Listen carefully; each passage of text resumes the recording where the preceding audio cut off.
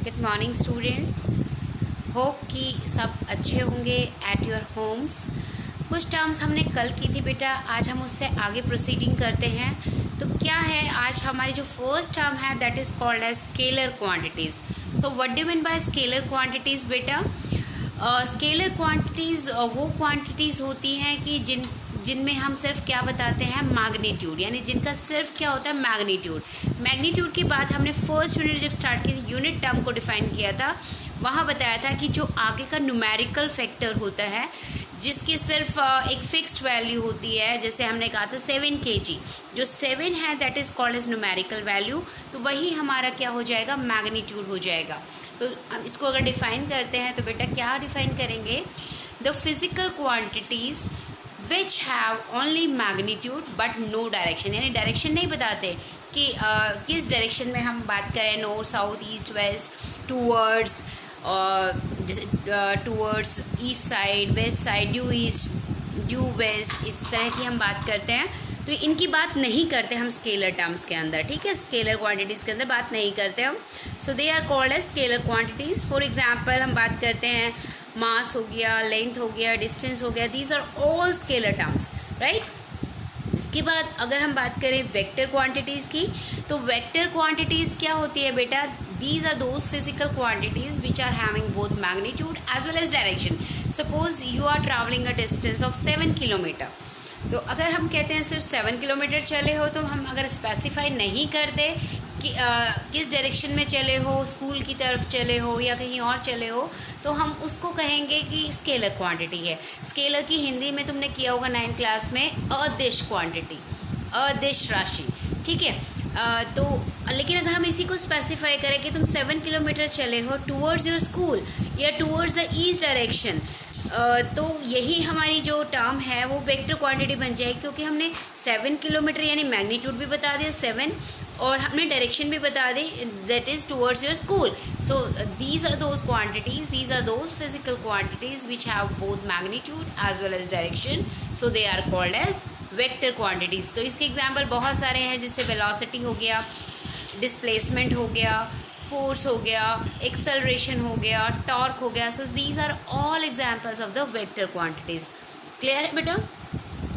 इसके बाद हम बात करते हैं, टर्म आएगी हमारी दैट इज़ पाथ लेंथ, ठीक है बेटा। पाथ लेंथ क्या होती है, तो पाथ लेंथ हमारी हो जाएगी जितना भी हम डिस्टेंस कवर करते हैं, जितना भी जैसे अब अगर हम डिफ़ाइन करें इसको बेटा, तो इसको कैसे डिफ़ाइन करेंगे, the path length of an object in motion. अगर किसी भी कोई बॉडी मोशन में है तो वो क्या हो जाएगी, और किसी पर्टिकुलर टाइम पे या हम टाइम के साथ मेज़र करें कि कितना उसने एक्चुअल पाथ कवर किया है, ठीक है, कितना एक्चुअली पाथ ट्रावर्स, कवर करने को हम ट्रावर्स वर्ड भी कहते हैं बेटा। तो कितना एक्चुअली उसने पाथ ट्रावर्स किया है और उस ऑब्जेक्ट के ने तुमने किया है, किसी और चीज़ ने किया है इन अ गिवन टाइम। तो हम ये डेफिनेशन क्लियर है पाथ लेंथ की, the path length of an object in motion in a given time is the length of actual path traversed by an object in given time, right. Clear है?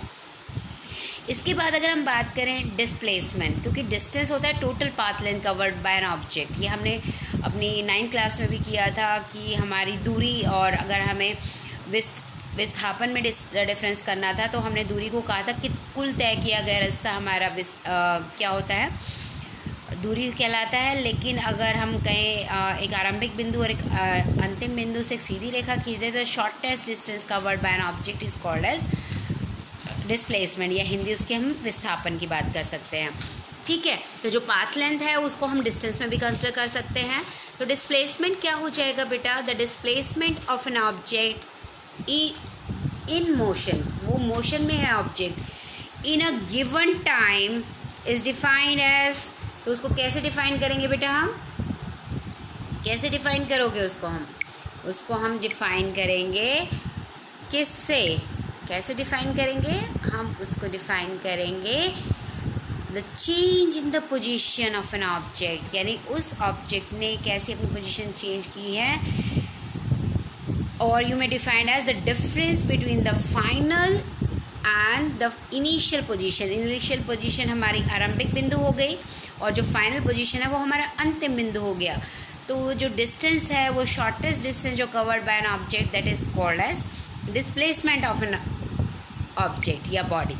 उसके बाद हम तो displacement हमारा क्या हो जाएगा बेटा, it is a vector quantity, और जो डिस्टेंस था या पाथ लेंथ था that is called as scalar term, ठीक है, स्केलर क्वांटिटी।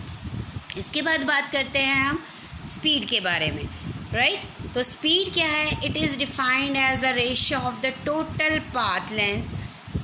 रेशो है किसकी, कितना पाथ डिस्टेंस कवर किया है, कितना पाथ कवर किया है, एंड द कॉरस्पॉन्डिंग टाइम। अगर हम फॉर्मूले की तरफ जाएं तो फॉर्मूला हमारा क्या हो जाएगा बेटा, फॉर्मूला हमारा हो जाएगा speed is equal to total path length divided by time taken, ठीक है। स्पीड यानी हमारी जो चाल है, हिंदी में हमने 9th स्टैंडर्ड में किया था, चाल होती है तो कुल तय किया गया रास्ता बटे में समय। अब तुम्हें हैबिट बनानी है थोड़ी सी इंग्लिश में, क्योंकि तुम्हारा सब्जेक्ट है वो इंग्लिश में ही पेपर अटैम्प्ट करोगे बेटा, ठीक है। लेकिन हम तुम्हारी क्योंकि अब स्टार्टिंग है तो हम हिंदी भी यूज़ करते हैं, ठीक है।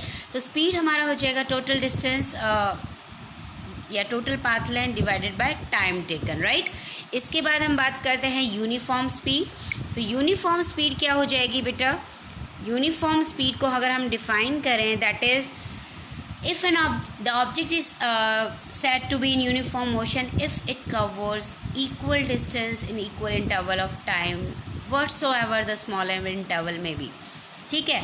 तो अगर एक निश्चित समय अंतराल में अगर समान दूरी समय समान अंतराल पे कोई वस्तु तय करती है तो उसको हम यूनिफॉर्म स्पीड के अंदर कहते हैं। तो मैंने डेफिनेशन रीड कर दी है बेटा, an object is said to be moving with the uniform speed if it covers equal distance in equal interval of time. साथ में ध्यान रखना है व्हाटसोएवर द स्मॉल इंटरवल में भी, कितना ही छोटा समय अंतराल क्यों ना हो, ठीक है। इसके बाद हम बात करते हैं किसकी, वेरिएबल स्पीड की।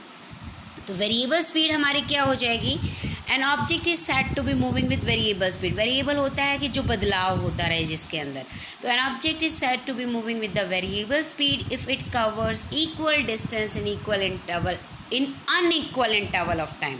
उसमें हमारा इक्वल में आएगा इक्वल इंटरवल ऑफ टाइम, लेकिन इसमें चाहे तो हमारा ये कह सकते हैं कि equal distance in unequal interval of time या unequal distance in equal interval of time और वाइस वर्सा, और you may change both the things, then in that case the object is moving with the variable speed. इसके बाद हम बात करते हैं नई term that is called as average speed, औसत चाल जिसकी हम बात करते हैं।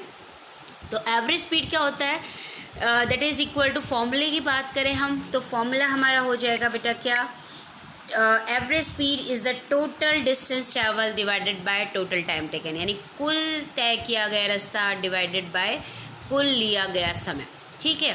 तो फॉर्मूले तुम्हें लर्न करना है, ये फॉर्मूले ऑलरेडी हम 9th स्टैंडर्ड में कर चुके हैं। इसके बाद वर्ड तुम्हारे लिए नया आएगा that is called as instantaneous speed. Instantaneous जैसे इंस्टेंट कॉफ़ी होता है या इंस्टेंटली करो, तो यानी उसी क्षण की बात करते हैं हम। यानी इसको अगर हम डिफाइन करना चाहें, इट इज़ द लिमिट, ये एक लिमिट बताती है किसकी, एवरेज स्पीड की एज द टाइम इंटरवल, ठीक है। और it is given by the formula limit delta t tends to 0 delta s upon delta t that is equal to d s by d t. यानी किसी भी क्षण अगर मान लो जैसे तुम अपने पापा के साथ कार में ड्राइव कर रहे हो तो तुमने अचानक तुम्हें ध्यान आता, देखिए पापा किस स्पीड से चल रहे हैं, उसी टाइम हमें पहले से कोई मतलब नहीं कैसे चल रहे थे, बाद के से कोई मतलब नहीं, लेकिन तुम्हारा अचानक ही मन करता है कि तू देखना चाहे कि पापा किस चाल से किस स्पीड से चल रहे हैं, that is called as instantaneous speed, right. समझ आ गया। और ये डेल्टा एस और अपॉन डेल्टा टी, तो ये चेंज है, डिफ्रेंसिएशन की फॉर्म में कह सकते हो या चेंज की फॉर्म में कह सकते हो। अब इसके बाद हम टर्म डिफाइन करते हैं दैट इज़ वेलोसिटी। तो जैसे हमने दूरी को और विस्थापन को डिफाइन किया है, अब सेम वे में हम चाल और वेग या जिसको गति भी कहते हैं उसमें डिफाइन करेंगे। तो चाल हमारी स्पीड थी बेटा, और वेलोसिटी में बस इतना ही फ़र्क आ गया, अगर उसी चाल के साथ हम डायरेक्शन को मेंशन कर दें तो वही चाल हमारा वेग बन जाएगा, यानी वेलोसिटी बन जाएगी। ठीक है। वहाँ हमने क्योंकि चाल डिफाइन किया था तो डिस्टेंस की बात की थी। यहाँ हम क्योंकि वेलोसिटी को डिफाइन कर रहे हैं तो डिस्प्लेसमेंट की बात करेंगे।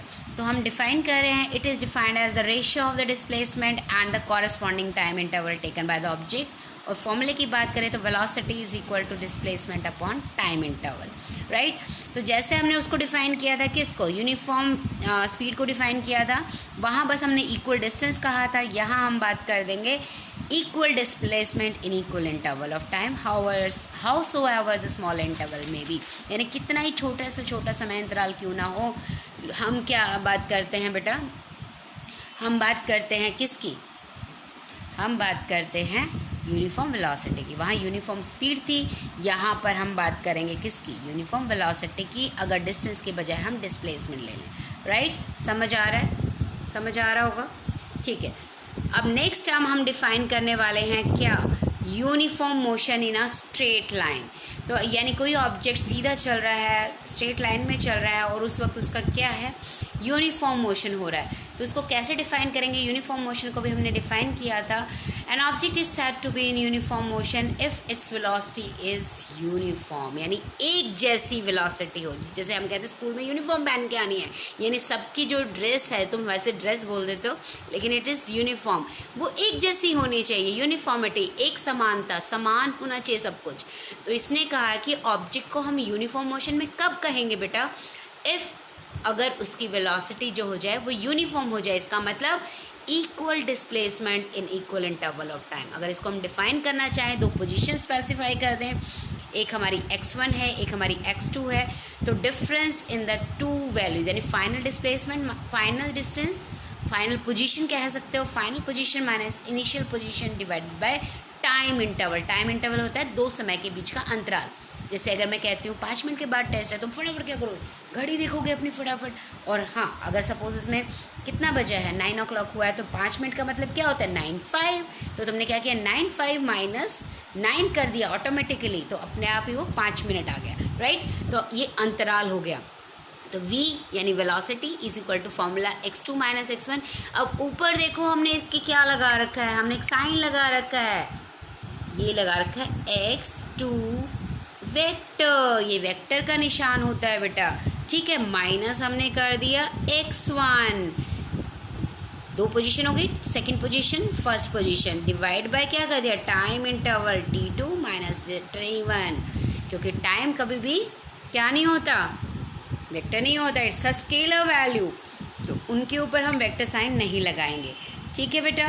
अब उसके बाद अगर हम बात करें किसकी, फॉर्मूले फॉर द यूनिफॉर्म मोशन या पोजीशन टाइम ग्राफ्स, उस हमें क्या फॉर्मुलेट करना है या फिर हमें क्या करना है, पहले हम ग्राफ्स की बात कर लेते हैं किसकी। अगर ग्राफ ड्रॉ करना, क्योंकि कोई भी ग्राफ आ सकता है बेटा 1 मार्क में, तो तुम्हें प्रैक्टिस होनी चाहिए कि हम ग्राफ किस हिसाब से ड्रॉ करें। तो अगर ऑब्जेक्ट इज़ एट रेस्ट और स्टेशनरी, पहले हम बात करेंगे पोजीशन टाइम ग्राफ्स के ऊपर। तो पोजीशन यानी पोजीशन ड्रॉ करनी है और टाइम के बीच में हमें ग्राफ ड्रॉ करना है, राइट। तो हमें क्या करना होगा बेटा, अगर हमें पोजीशन और टाइम ग्राफ बोला है तो हम कैसे ड्रॉ करेंगे, इस तरफ टाइम हो जाएगा और इस तरफ हो जाएगी पोजीशन, राइट। तो पोजीशन हो जाएगी। तो ऑब्जेक्ट अगर रेस्ट पे है यानी समय के साथ वो अपनी जगह को नहीं बदल रहा, तो क्या है, मान लो अगर हम स्टार्टिंग में बैठे हैं, सपोज हमने कोई भी पोजीशन ले ली, मान लो 2 मीटर डिस्टेंस पे हम यहाँ बैठे हैं स्टार्टिंग में O पॉइंट के ऊपर, ठीक है। तो अगर हमने टाइम की बात करें 1 सेकेंड 2 सेकेंड 3 सेकेंड या मिनट में बात कर लो, तो भी हम 2 पे बैठे, फिर भी 2 पे बैठे, तो सारे के सारे पोजीशन हम एक ही जैसा है, हम चेंज ही नहीं करें, तो हमारा ग्राफ कैसे आएगा, एक स्ट्रेट लाइन ग्राफ आएगा, राइट। समझ आया ग्राफ। तो हमारा जो ग्राफ आया है, शेप तुमने देख रहे हो कि एक तरफ हमने x0 डिफाइन किया है, यानी इनिशियली तुम कहाँ बैठे हो, x के नीचे सर्कल छोटा सा हमने गोलदारा लगाया है, that is called as x0। तो वो हमारी क्या हो जाएगी, स्टार्टिंग में तुम कहाँ बैठे हो, लेकिन टाइम के साथ बदलाव के साथ, क्योंकि तुम रेस्ट में हो, कंडीशन हमारी क्या है, हम कहाँ बैठे हैं, रेस्ट कंडीशन में बैठे हैं, ठीक है। तो उस कंडीशन में जो हम स्टार्टिंग में जहाँ बैठ गए उसी पर बैठे रहेंगे, टाइम बदलता रहेगा, तो हमारा ग्राफ क्या आएगा, एक स्ट्रेट लाइन ग्राफ आ जाएगा, ठीक है। उसके बाद हम बात करते हैं किसकी, अगर हम बात करें कि ऑब्जेक्ट जो है स्टार्टिंग में ही ओरिजिन पे बैठा है। तो अगर हमने ग्राफ ये बनाया, इधर हम टाइम की बात करेंगे बेटा, इधर हम पोजीशन यानी एक्स की बात कर देंगे, एक्स प्रॉपरली बना लेना, तो एक्स डिस्टेंस की बात कर देंगे। तो ये कहता है कि मान लो स्टार्टिंग में तुम कहीं बैठे हो, फिर से उसका नाम इनिशियली जहाँ बैठे हो उसको हम क्या कह रहे हैं, x0 कह रहे हैं, ठीक है। फिर धीरे धीरे धीरे धीरे धीरे तुम और अपना डिस्टेंस बढ़ा रहे हो, मतलब 1 सेकेंड में तुम यहाँ आ गए, फिर यहाँ आ गए, फिर यहाँ आ गए, फिर यहाँ आ गए। तो अगर इन सारे ग्राफ्स को ड्रॉ करें तो हमारा ग्राफ कैसा आएगा, इंक्रीजिंग ग्राफ आ जाएगा, यानी ये शेप आ जाएगी ग्राफ की। समझ आया बेटा? इन ग्राफ्स की अच्छे से प्रैक्टिस करनी है, राइट?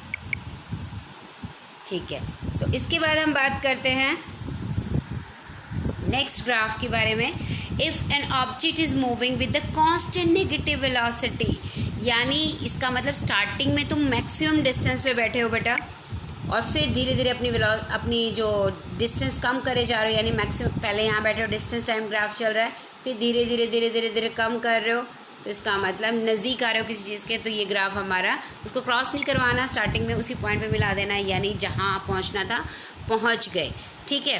तो हमारा नेगेटिव ग्राफ आ जाएगा, नेगेटिव वेलोसिटी आ जाएगी। उसके बाद है if an object is in non uniform motion, अब कोई फिक्स्ड वैल्यू नहीं है, फिक्स्ड अंतराल नहीं है, तो हमारा जो ग्राफ आएगा बेटा वो ये शेप आ जाएगी ग्राफ की, ठीक है। इसके बाद हम बात करते हैं position time graph of the uniform motion in 1 dimension. तो पोजीशन टाइम ग्राफ अभी हमने ये ड्रॉ किया था, इसमें खास बात हमने क्या की है, ये ग्राफ हमने ड्रॉ किया अभी यूनिफॉर्म मोशन का, स्टार्टिंग में किसी पॉइंट पर बैठा है, फिर इंक्रीज़ हो रहा है। हमने क्या किया है, स्टार्टिंग वाले को x0 कह दिया, फिर हमने 2 पोजीशन स्पेसिफाई कर दी, वैसे जो चला है स्टार्टिंग में A पर और लास्ट में जहाँ पहुँचा वो B पर, और बीच में स्पेसिफाई कर दी C और D पॉइंट भी। तो हमने इसके कॉरस्पॉन्डिंगली टाइम t1, इसके कॉरस्पॉन्डिंगली टाइम t2, अगर इनको बात करें तो हम x1, और इसके कॉरस्पॉन्डिंगली बात करें तो x2। तो ग्राफ समझ आया, और इन दोनों के बीच में जो एंगल बना है दैट इज़ अल्फा, ठीक है। समझ आ गया? वेरी गुड, बड़े अच्छे बच्चे हैं सारे, ठीक है। तो इसके बाद हमें क्या करना है, टाइम इंटरवल देख लिया, इस पीछे वाले डायग्राम में देखो टाइम इंटरवल की अगर हम बात करें बेटा,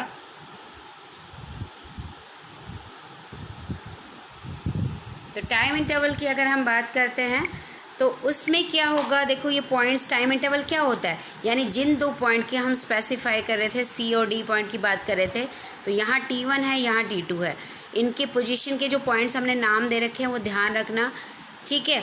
तो हमने क्या किया, time interval T2 minus T1 इनकी वैल्यू थी, T2 हमारा OD1 था और T1 हमने OE1 लिखा हुआ था, तो उनको अगर OD1 में से OE1 माइनस करें तो C1D1 हो जाता था, और जो ये C1D1 था,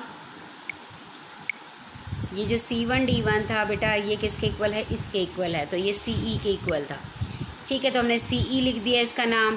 तो उसके बाद x2 माइनस x1 भी ऐसे ही सेम पोजीशन पे हमने निकाला है, ये देखो यहाँ तक हमारा x1 था, यहाँ तक x2 था, तो अगर x2 में से ये x1 माइनस का रखा है तो हमारे पास वैल्यू इतनी आई है, और ये वैल्यू किसके इक्वल है, इसके इक्वल है, और ये नाम हमारा क्या है, ये नाम हमारा क्या है, देखो हमने पहले वैल्यूज़ लिखी है इसकी, x2 minus x1 is equal to OO2 minus OC2 is equal to C2D2 और इक्वल टू ED हो जाएगा। तो यानी इनका अगर एग्जैक्ट आंसर लिखे तो वेलोसिटी की वैल्यू हमारे पास आ जाएगी x2 minus x1 divide by T2 minus T1, और ये वैल्यू हमारी क्या है, ED डिवाइड बाई CE, और ये टेंजेंट अल्फ़ा बन जाती है। अगर हम ट्रायंगल में देखें तो टेंजेंट क्या होता है, परपेंडिकुलर अपन बेस, तो परपेंडिकुलर अपन बेस हमारा अल्फ़ा हो जाएगा, टेंजेंट अल्फ़ा हो जाएगा, राइट। इसके बाद हम और टर्म्स की बात कर लेते हैं, नॉन यूनिफॉर्म मोशन की बात करते हैं।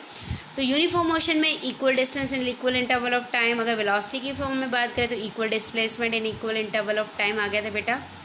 नॉन यूनिफॉर्म में कोई भी चीज़ अनइक्वल कर दो, दोनों भी अनइक्वल कर सकते हो या एक भी अनइक्वल कर सकते हैं हम। तो नॉन यूनिफॉर्म मोशन हमारा क्या हो जाएगा बेटा, an object is said to be non uniform motion if it undergoes equal displacement in unequal interval of time. क्या बोला मैंने, यही बोला था, एक भी चीज़ अनइक्वल हो जाए तो हमारा नॉन यूनिफॉर्म मोशन हो जाएगा। तो जैसे हमने वेरिएबल स्पीड डिफाइन की थी, ऐसे ही वेरिएबल वेलोसिटी हो जाएगी। फ़र्क सिर्फ इस बात का है कि वहाँ डिस्टेंस कहा था, यहाँ डिस्प्लेसमेंट हो जाएगा। तो वेरिएबल वेलोसिटी को डिफाइन किया हुआ है, an object is said to be moving with the variable speed और variable velocity if either it speed, चाहे तो उसकी स्पीड चेंज हो या डायरेक्शन चेंज हो, यानी कोई भी चीज़ चेंज हो जाए, चेंज होने की वजह से यानी वेलोसिटी बदल गई है, हमारी आंसर चेंज हो गया है। उसके बाद एवरेज वेलोसिटी, तो एवरेज वेलोसिटी निकालते कैसे, मान लो हमारे पास 5 वेलोसिटीज़ हैं, स्टार्टिंग में 2 किलोमीटर पर आवर चल रहे थे, फिर 3 किलोमीटर पर आवर चल रहे थे, फिर 1 किलोमीटर, फिर 3 वापस, तो जितना हमने डाटा लिया है सबको सम कर दो और डिवाइड बाय नंबर कर दो, that is called as average. या फिर हम डिफ्रेंसिएशन की फॉर्म में भी कर सकते हैं, वो इंस्टेंटेनियस आ जाएगा। तो एवरेज वेलोसिटी क्या हो जाएगा, for a given motion of an object the average velocity is taken as the uniform velocity with which the object will cover the same displacement of in a given interval of time।